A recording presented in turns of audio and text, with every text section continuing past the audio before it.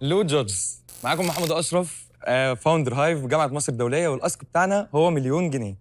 اول حاجه حابب ان انا اتكلم عليها، احنا اول مدينه صناعيه فيرتشوال في مصر. احنا بنجمع كل المصانع اللي موجوده في مصر في بلاتفورم واحده، بحيث اول مشكله عندنا كانت بتواجهنا هي مع المصانع. المصانع كان في 3% من المصانع سنويا بتقفل في مصر، اي ما يعادل حوالي 5000 مصنع بيقفل في السنه. فاحنا عشان كده كان السبب الكبير اللي كان بسبب حاجه زي كده ان هم مش بيقدروا يوصلوا للكاستمرز بشكل مناسب، وان هم بيبقى فيه استيراد بشكل كبير جدا بره مصر، على عكس ان هم عندهم اوريدي موارد تقدر تخليهم ينتجوا محليا. والحاجه الثانيه وهي بشكل كبير جدا كانت من اكبر الاسباب اللي خلت ان احنا نبدا هايف، ان في ميجا بلايرز موجودين في السوق هم اللي ماسكين الصناعه المحليه في مصر. وكان بالنسبه للاس ام ايز هم ما عندهمش ما يكفي من الوقت والمجهود ان هم يلفوا على كل مصنع في مصر. طب ما تفتح ابلكيشن تلاقي كل المصانع اللي موجوده في مصر وتبتدي تصنع في مصر على طول. عشان كده احنا طلعنا بهايف. هايف هي بتكمل كل المصانع او بتوصل كل المصانع للاس ام ايز الموجودين في مصر عن طريق تول مانيفاكتشرنج، وبنعمل برامج تعليميه للتعليم الفني في مصر. وطبعا عندنا كل مصانع التعبئه والتغليف في مكان واحد. عشان نقفل الدايره قدرنا ان احنا نعمل ونعين فريلانسرز للبرودكت ديزايننج والباكج ديزايننج.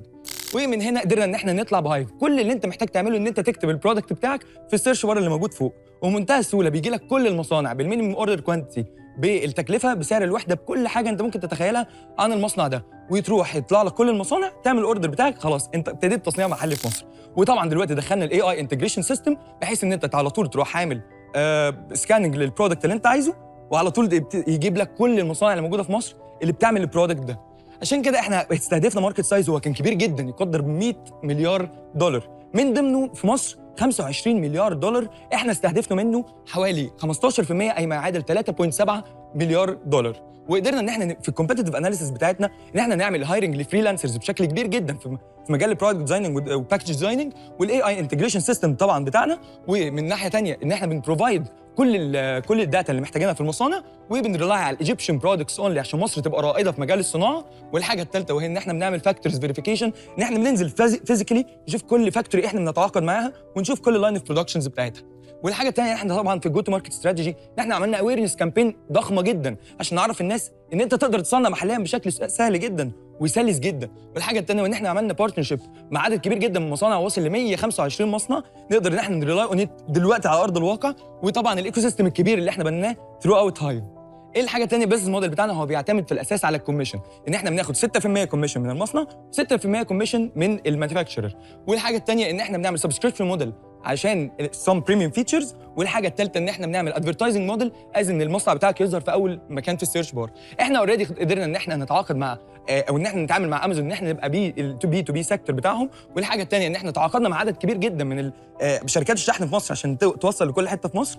والحاجه الثالثه وان احنا طبعا تعاقدنا بشكل كبير جدا مع اغلب اللوكال براندز اللي احنا بنستخدمها بشكل يومي. ومن ناحيه ثانيه احنا حققنا اوريدي في خلال 5 شهور 950 الف جنيه نت بروفيت من اصل مبيعات 7 مليون و900 الف جنيه. والحاجه الثالثه ان احنا دلوقتي خلاص بنلونش، كل ده كان اورجانيك باي ذا واي، احنا ما كناش لسه عملنا الابلكيشن، كان بيجوا لنا في المكتب بتاعنا يعني.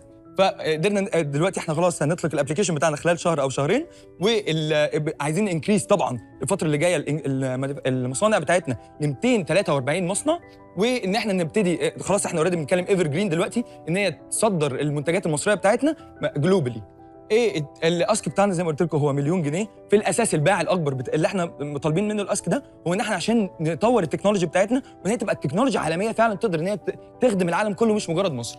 والتيم بتاعي احب ان انا بس اعرفكم عليه الاول، وهم انا محمد اشرف واحمد هشام وعبد الرحمن عمر واحمد الحميلي وريم حسن واحمد رضا ومحمد جابر وثانك.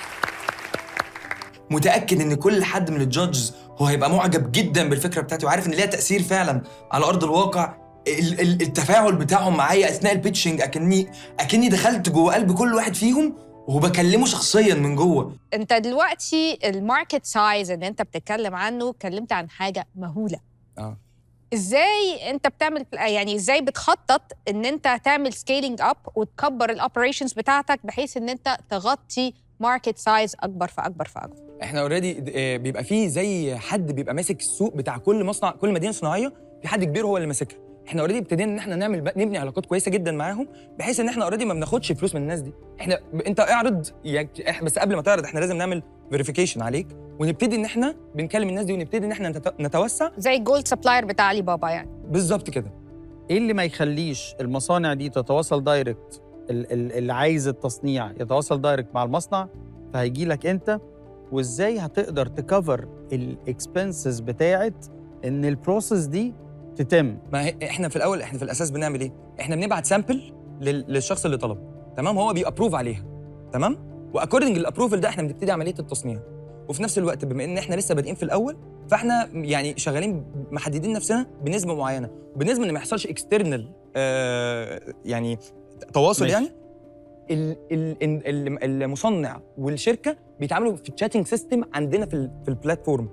فلو حصل ان لقينا مثلا هم طلب عمليه التصنيع او طلب الاوردر وحصل تواصل خارجي، لما بنعرف ده احنا بنشطب المصنع.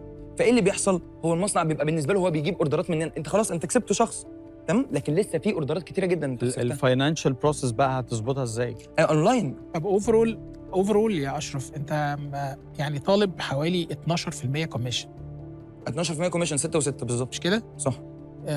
انت مش شايف ان ده كتير شويه؟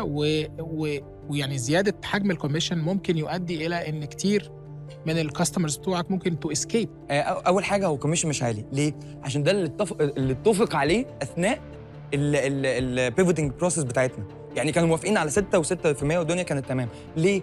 عشان اوريدي المصنعين دول بيقفلوا مصانعهم بسبب عدم وجود عدد من التشغيلات المعينه اللي بسببها لو ما اكتملتش المصنع بيقفل، او يضطر ان هو يديه المستثمر اجنبي يشغله. فانت بتعرض بقى التول مانيفاكتشرنج بنفس الكوميشن بنفس البلان؟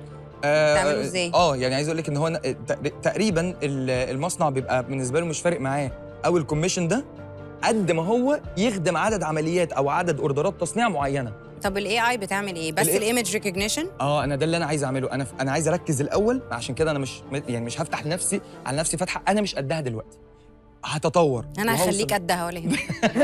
احنا خلاص دخلنا عند اللحظه الحاسمه، وقبل ما ندخل عند اللحظه الحاسمه في جمله كده شهيره الجين زي يقول لك هات المشاعر على جنب والاهداف هي الاهم. او لا؟ فانا ام طبعا 300,000. 300,000. هبه عم ان بحوالي 300,000 برضه. سامح 200,000. هاني 200.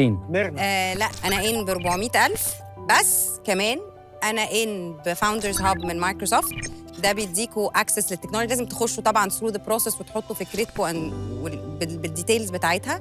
هديك اكسس لكلاود تكنولوجي، تقدر تستعمل اجر اي اي حسب بقى المودلز اللي انت محتاجها. هيبقى عندك اكسس لمنتورز من عندنا، وده على فكره من الجلوبال تيم مش بس من اللوكال تيم في البرودكت وفي التكنولوجي بارت بتاعتنا. عايز اقول لكم ممكن يكون الدعم ده اكبر من قيمه الفلوس نفسها. يعني مبروك مبروك مبروك جامعه مصر الدوليه، 1,400,000 جنيه دعم من جين زي بالاضافه الى دعم تقني من مايكروسوفت. مبروك.